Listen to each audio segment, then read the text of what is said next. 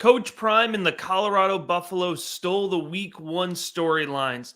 Here's everything you need to know about their big win against TCU and how it affects their 5 Devy relevant players. Everybody's going to be talking about Colorado this week, and everybody's going to start by talking about Travis Hunter.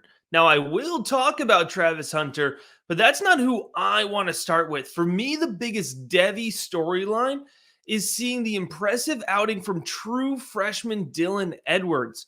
Now, if you're not familiar with Dylan Edwards, he was a highly coveted recruit commit to Notre Dame. When Coach Prime goes to Colorado, he flips a lot of players, and Dylan Edwards is one of them.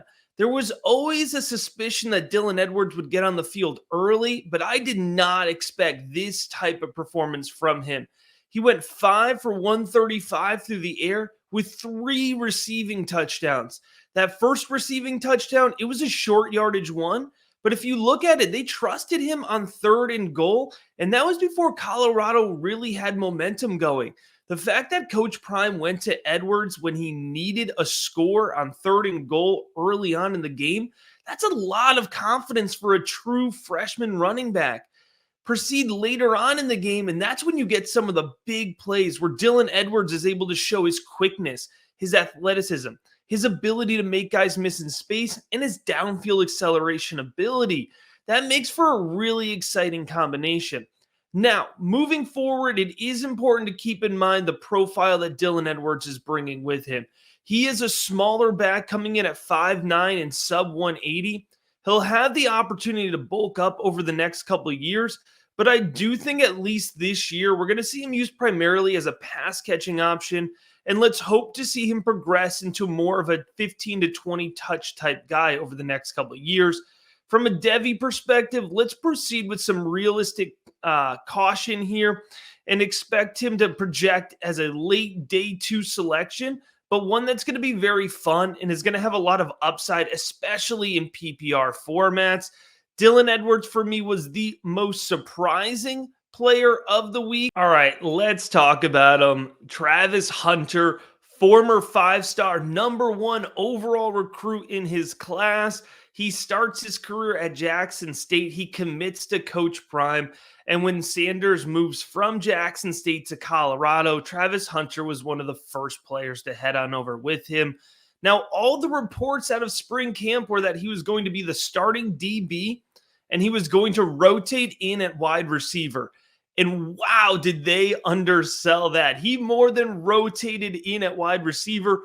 All in all, he played over 100 snaps, which is an absolutely ridiculous number. And if we're focusing on the offensive side of the ball here, he finished with 11 receptions for 139 yards. He didn't technically find the end zone, but one of the plays that won't show up in the box score was perhaps his most impressive catch of the day. Shador Sanders tossed up a fade into the back corner of the end zone. Hunter went up, was physical, created space, battled through defensive pass interference, and showed excellent ball tracking ability to go in and full on Moss, the TCU defensive back. He dragged his foot, just couldn't get the whole thing in. Really couldn't maintain control through the catch while getting those feet in, but still, it was a really excellent display. He had a few other big plays, including that 43-yard reception, but he also, on the defensive side of the ball, right, he had that huge interception, which showed instinct, which showed athleticism. Now, the question here always is, what does this mean from a Devy perspective? It'll be really interesting to see what Coach Prime does with Travis Hunter over the course of the year. I find it hard to believe he's going to be able to maintain a 100-plus snap count throughout the entire season while maintaining health, right? That's a huge ask to make of Travis Hunter, who is still a true sophomore, so he's still young.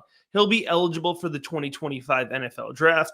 Now, certainly after 1 week, it would be really easy to start calling for him to be a top 10 NFL draft selection, which would, of course, skyrocket his Devy value.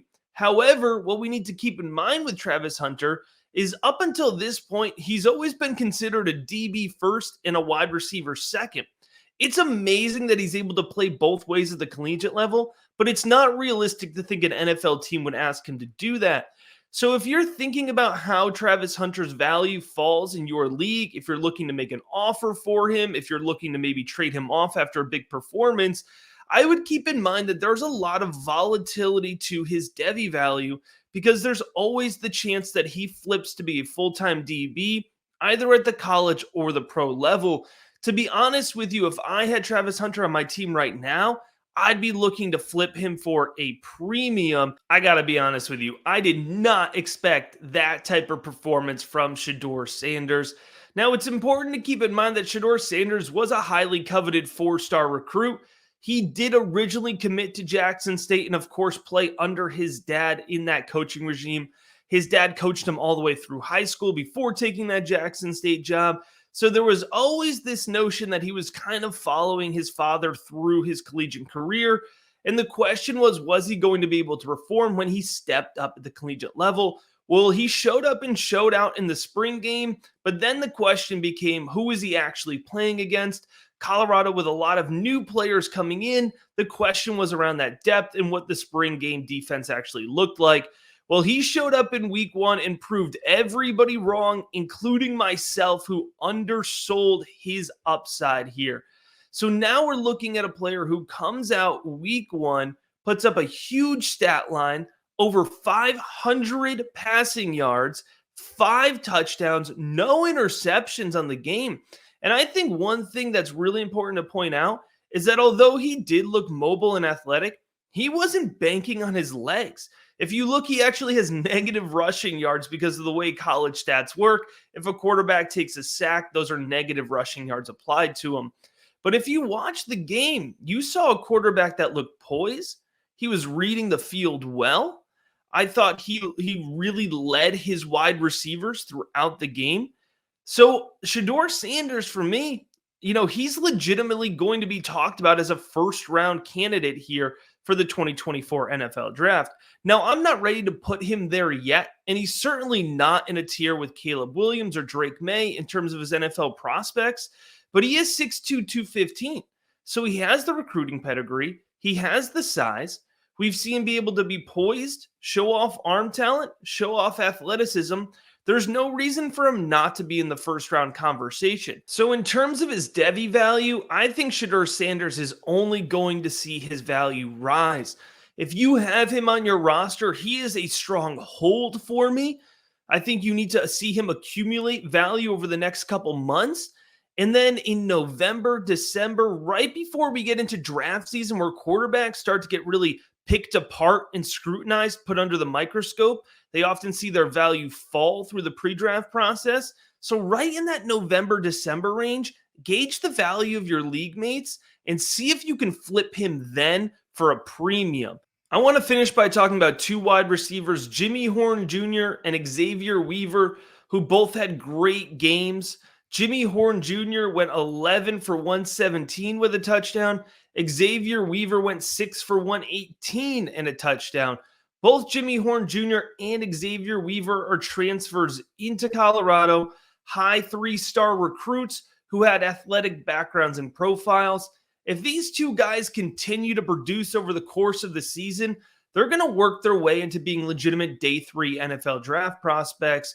And the way that works is these guys are going to be on the radar heading into draft season. If they go to Indianapolis, put up a big athletic performance, they could see their fantasy football value really skyrocket.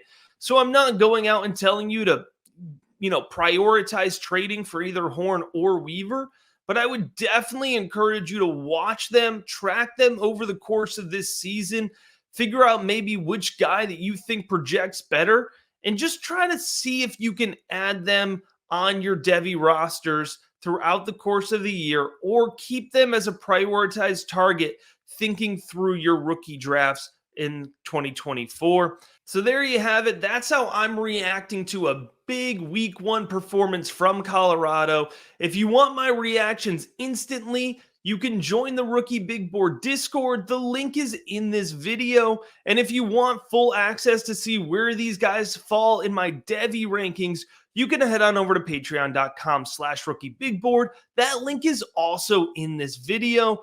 If you enjoyed this video, I would really appreciate if you give it a like, subscribe to the Rookie Big Board. I appreciate your support.